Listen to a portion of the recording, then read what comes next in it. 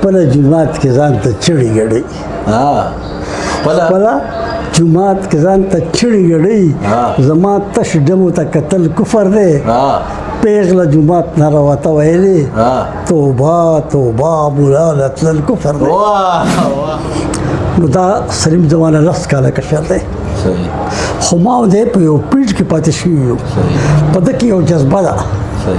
دا جذبه د ځان د خپلو بچو دپاره نه ده بلکې د خاورې دپاره ده چې په صوابۍ کې خان نه و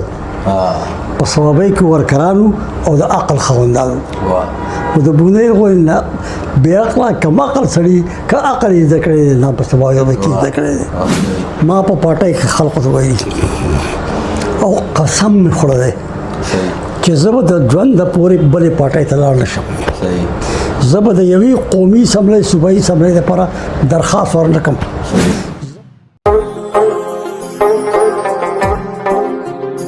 شروع کوم د الله د لوی نوم نه چې ډېر بخښونکی او مهربانه دی د بیټک ټي وي کتونکو او خوږو اورېدونکو ستاسو ملګری حمزوي یوسفزی یم او نن د خوشبختۍ په دغه موقع کې سره د بیټک ټي وي په دفتر کې د پښتونخوا وطن هغه نه ستړی کېدونکی عملي مبارز چا چې د پښتو پښتونولۍ لپاره د دې کام د دې ولس لپاره بلا سختې او بلا ټکرې تېرې کړي دي هم د دې وطن د ښکلا لپاره هم د دې وطن د وسایلو د خپل اختیار د خپلې خاورې لپاره د روسه پورې را روان دی موږ دغه دعا کوو چې خدای پاک ته هغوی له نور هم لوی ژوند ورکړي د خوشحالو سره چې دغه وطن د دغه خپل ولس او د دغه کام دپاره دغه عملي مبارزه د هغوی روانوي ډېر محترم شمس بونیری صاحب موږ سره ناست دی د هغوی ډېره زیاته مننه کوو په خیر راغلې تاسو ته زموږ د ډېر محترم سلیم لالا هم ډېره زیاته مننه کوو چې د هغوی په واسطه باندې هغوی دلته راورسېدل لالا صوابۍ ته تاسو د یو اوږدې مودې راسې راځئ صوابۍ ته راغلي تاسو دومره لوی ژوند تېر کړ بلا مبارزه هم وکړه څه به وایي د صوابۍ نن وخت او هغه چې کوم په ځوانۍ کې به تاسو راغلی په هغې کې څه بدلون وینئ خبره ده چې زه په خپلو محفلونو کې ادیبانو او شاعرانو او خپلو ملګرو ته وایم چې بنیادي طور زه پیدا شوی په بونیر کې خو زه لوی شوی او ما سیاست زده کړی دی په صوابۍ کې او دا ځکه زه په دې ویاړ ځکه کوم چې په صوابۍ کې خان نه و په صوابۍ کې ورکرانو او د عقل خاوندانو نو د بونیر غوی نه بې عقله کم عقل سړي که عقل یې زده کړی دی نه په صوابۍ کې زده کړی دی دویمه خبره دا ده چې دلته په دې وطن کې د باچا خان یو تحریک روان و د دې تحریک بنیاد چې لاس او خپې ورکرانو او د دغې تحریک کې دننه د ورکرانو یو خپل په کارکردګۍ او په قربانۍ باندې یو خپل حیثیت و جیل ته بتلو خوشحاله وو جلسه کې به ولاړو خوشحاله وو چې چېرته به هم عوامي نیشنل پارټۍ په پېښور کې فیصله وکړه نو د هغې ډومبی عمل چې شروع کېدو دا که به د ښځو جلوس و او دا که به د نرو جلوس و دا په دې صوابۍ کې ما ته نن هغه ورځ ډېره زیاته یاده شي چې بیبي په سیاست کې نوې راوتې وه او وخت یې شوی و دلته د زنانو د بیدارولو په خاطر باندې موږ د سیاست یو آغاز کړی و او بیبي وې چې زه د امیر محمد خان لور یم خو دا ده چې زما پلار چې و دا د باچا خان کلک ملګری و نو نن که په دې حالاتو کې هغه یا زما پلار په ځوانانو کې کار کړی دی نو که زه په زنانو کې کار ونه کړم نو په زه به دغه شان حقداره او قراردارې پاتې شم دلته دا یوه خبره وه او اوس هم دا خبره ده چې کارکنان په خپل ګوند کې دننه د خپل مستقبل او د بیانیې لپاره د پارټۍ په تنظیمونو کې دننه او په بره ادارو کې دننه خبرې کوي دا خبرې د هغو د ذات نه دي دا خبرې د هغو اجتماعي دي او دا ځکه د صوابۍ خلق یا کارکنان په ځکه اجتماعي خبره کولی شي چې دا په خپله د اجتماع پیداوار دی ذاتي سړی ذاتي خوی خول غرضي او مرضي موږ او موږ ملګري موږ اجتماعیت لپاره سړي ګورو پارټۍ ته وایو ملګرو ته وایو چې خبره ده چې سړي پیدا کړي د سړو نه کار واخلئ سړي د کار خلق وي او چې څوک د عهدو خاوندان وي دا د کار خلق نه وي. ډېره زیاته مننه کوو تاسو دغه خپلو خبرو کې وویل چې په ثوابای کې د عقل خاوندانو د فکر خاوندانو هوښیار خلکو پکې هغوی به په بېلابېلو فیلډونو کې یا په خپل دغه کې به کار کو هغه به ټول وطن کې ټولو پښتنو منل. نن په ثوابای کې تاسو ګورئ ټول پښتانه دغه نه خبر دي وخت په وخت باندې سلیم لالا دي او د هغوی دغه نورو ملګرو مشرانو وخت په وخت دغه غږ اوچتوي چې دلته کې ځوانان رالګي او په خپل منځي وړو وړو خبرو باندې یو بل ولي دغه کامي مسلې چې زمونږ وسایل چېرته دي په هغې اختیار د چا دی مونږ له څه پکار دي مونږ له را روان وخت کې څه پکار دي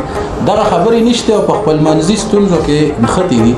د دې ته په کوم نظر ګورئ او د دې نه د حل لاره څه ستاسو په خیال کې دی؟ یا زما د ځوانۍ هغه دور و چې زه به پېښور د بونېر رالم نو زه به د جاوید خان پوجا کې پروت وم. زه چې به د بونېر رالم نو زه به د کوکو پوجا کې پروت وم. زه چې به د بونېر رالم نو نجو بابا به په تلاش کوم او دا به ځکه په تلاش کوم چې هغه اکیډمۍ وي او هغوی به د کارکوړان ځان ته دومره نظار کو چې یو کشش پکې یو جوخ په لکه د بجلۍ سړي ورکو او دا سړی چې بیا ته دی به روښانه تلو. اوس په دې ثوابۍ ته تا ته ډېر زیات په ایماندارۍ خبره کوم چې زه چې راځم نو دا سلیم زمانه لس کاله کشر دی خو ما او دی په یو پیډ کې پاتې شوي یو په ده کې یو جذبه ده دا جذبه د ځان د خپلو بچو دپاره نه ده بلکې د خاورې دپاره ده. زه هم غواړم چې د ده سره کښېنم زه چې راځم نو عزیز ګورم زه چې راځم نو انور ګورم زه چې راځم ادیبان او شاعران ګورم دپاره د دې چې زموږ سره د هغې تجربې په بنیاد کې ما په ثوابۍ کې څه زده کړي دي چې دا زه بونېر ته ورسم دا د ثوابۍ په نوجوان نسل کې تېر کړم او دا خور کړم زما لپاره به د خوشحالۍ خبرې نو ما د یو بل سره ګوتې په ګوتې نیولي او ثوابۍ ته چې راشو د زړو خدای خدمتګارو کورونو ته او یا هغه خلک چې هغه د دې جوګه دي چې هغو قرباني کړي دي دا که ممتاز لالا دی نن شهباز نشته خو شهباز ژوندی دی. نن زموږ ملګری ما ته نن ډېره زیات افسوس خبره دا ده چې زه به ثوابۍ ته په خوشحالۍ راتلم او زه نن ثوابۍ ته په غم راغلی او دا غم د پیر محمد خان دی خو دا د هغه غم نه دی دا د خدای خدمتګارو غم دی. غلام محمد خان بابا لومړی سړی و په دې ثوابۍ کې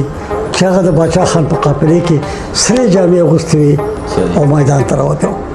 او نن د هغه د کورنۍ د خدایي خدمتګارو اخرنی د دې قافلې وروستی سړی پیر محمد مړ دی. نو زه وایم خدایه د خدایي خدمتګارو دا مشران خو مړ شو خو خدایه د باچا خان لاره دغه کوئ تاسو دا هم خبره او دا ډېره ضروري خبره ما په پارټۍ کې خلقو ته وایي او قسم مې خوړلی چې زه به د ژوند د پورې بلې پارټۍ ته لاړ نه شم زه به د یوې قومي اسمبلۍ صوبایي اسمبلۍ دپاره درخواست ورنه کړم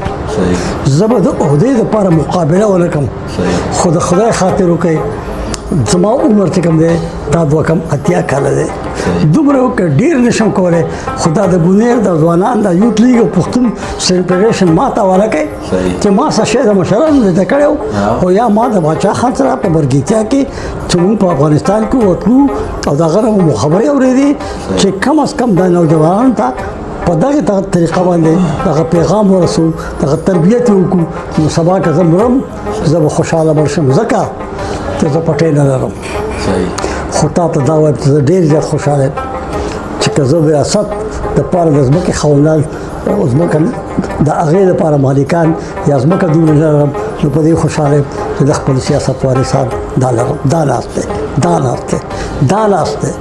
او ما دا کار کړی دی زه دا کار کوم چې زه دې مړ شم خو چې زما سیاسي وارثان پاتې شي، زما اساسه پاتې شي، زما سرمایه پاتې شي او دا د باچا خندلار پاتې شي. ډېره لویه خبره تاسو وکړه. ما هم هغه لومبني سوال سره یو تړلې خبره کومه چې تاسو دومره ستړي دومره کړاوونه تاسو او ستاسو په څېر یو شمېر مشرانو چې هغه څه شتون مونږ سره لري او څه زموږ نه تللي دي،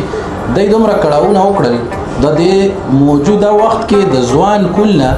څومره مطمئن یې چې آیا دی په ټیک لاره روان دي یا دی له څه پکار دي؟ ځوانانو ته به څه وایي؟ داسې وشوه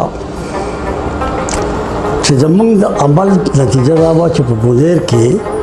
د طالبانو یو دور تیر شو.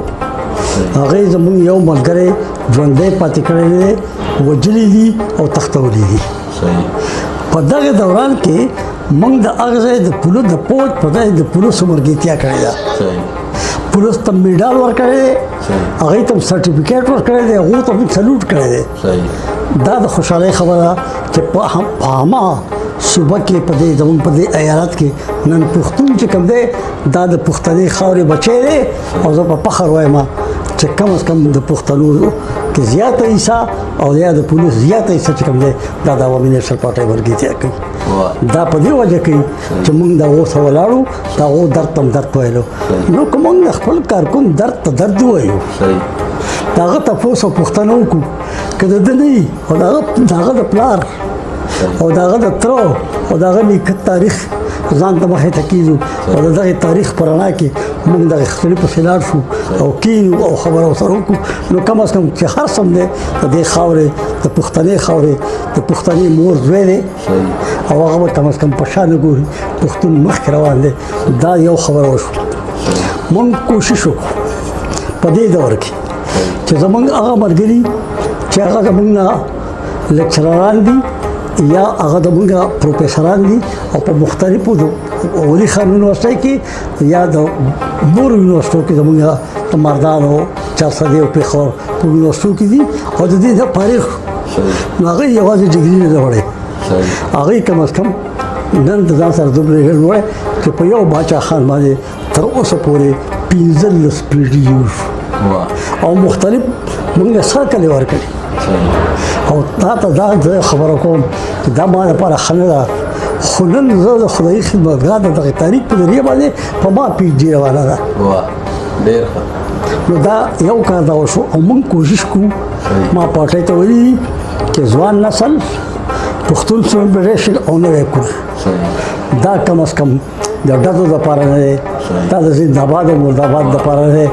دا کم از کم د سرو ټوپو په سرولو دپاره نه دی، دا د کار کول دی. ځکه موږ مړه شوي یو، موږ به مشورې ورکړو خو دا نوی نسل دا ځوان نسل به دې ته تیار یو چې موږ مړه شو خو چې زموږ پارټي مړه نه شي زموږ تحریک مړه نه شي. ډېره زیاته مننه کوو، ستاسو ډېرې خوندورې خبرې مو واورېدې. په اخر کې تاسو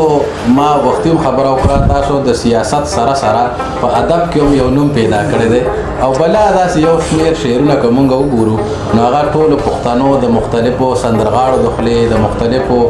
پروګرامونو په حوالې سره ستاسو د خلکو ولس وخت ته رسېدلي دي. ستاسو په خپله شاعرۍ کې چې د کم د خوښې څو شعرونه وي او ستاسو د خوښې که هغه موږ ته سره شریک کړل نو ډېره زیاته مننه. اوس مې سلیم خان ته خبره کوله. زه په یو انټروګیشن کې د یو میجر سره او د یو کرنل سره چې د کرنل نوم دی ظهیر د نور دی او د دې میجر نوم ظهیر دی. نو دې میجر زما نه تپوس وکړو چې ستا هغه سور سهار کتاب اتا چې چاپ کړی و دا به چېرته یو کتاب نوم پیدا نه شي چې موږ له راکړې؟ نو ما ورته چې ډېره موده کېږي ما خو په مارکېټ کې لیدلی نه دی، هغه زه په شا وټپولم، ما ته یې کمه کړکېږي به نه، ستا کتاب چې سور سهار راغی موږ وکوتو موږ په پیسو اخیستی هغه موږ سوی دی تا ته د هغې کتاب نه میلاوېږي. یعنې دشمن موږ یوازې شاته کول نه بلکې زموږ د پیغامونو په ذریعه چې زموږ سره دی ضایع کول. په هغې کې ما ته یو شعر یاد شو او دا د هغې وخت شعر ده چې د سن 1977 د هغې کیسه ده وخت څخه ده. هغه دا دی چې خپله جومات کې ځان ته چړې ګډوي، خپله جماعت کې ځان ته چړې ګړۍ زما تش جمو ته کتل کفر دی پیغله جماعت نه راوته ویلې توبه توبه مولا د تلل کفر دی او اوس خو په دې وخت کې تا ته دا وایم چې ما نه څوک تپوس وکړي شاعري زه ورته وایم چې ړوند شو بې ساه شوی یم نور د امسا شوی یم ښکلو باندې څه غواړئ زه خو بوډا شوم ډېره زیاته مننه کوو د ډېر محترم شمس بنیري صاحب او هغوی سره راغلو د ټولو قدرمنو میلمنو تاسو واورېدې د شمس بنیري صاحب دغه د ژوند په هکله خبرې د ادب خبرې د سیاست خبرې د راتلونکې یوې بلې خپرونې پورې خپل کوربه له اجازت ورکوي د لوی الله په امان